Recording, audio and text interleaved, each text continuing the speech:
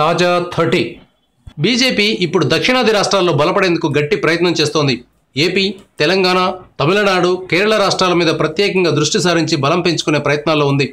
అలాగే కర్ణాటకలో మరోసారి అధికారంలోకి వచ్చేందుకు తన వ్యూహాలకు పదును పెడుతోంది. దక్షిణాదికి చెందిన 2 మాజీ ముఖ్యమంత్రులను పార్టీలో చేర్చుకోవాలని భావిస్తోంది.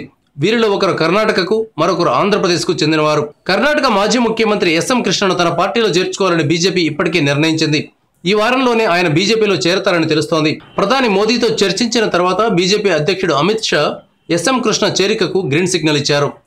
ఎస్ఎం కృష్ణ కాంగ్రెస్లో ఒక వెలుగు వెలిగారు. ఇప్పుడు ఆయనకు 84 ఏళ్లు.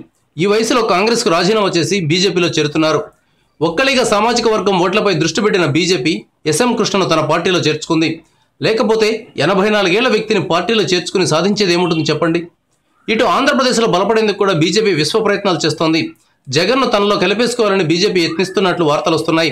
జగన్తో పాటు మాజీ సీఎం కిరణ్ కుమార్ రెడ్డిని కూడా బీజేపీలో చేర్చుకోవాలని భావిస్తున్నట్లు తెలుస్తోంది. ఉమ్మడి ఆంధ్రప్రదేశ్కు ఆఖరి సీఎం అయిన కిరణ్ కుమార్ రెడ్డి కూడా బీజేపీలో చేరితే బాగుంటుందనే ఆలోచనలో ఉన్నట్లు తెలుస్తోంది.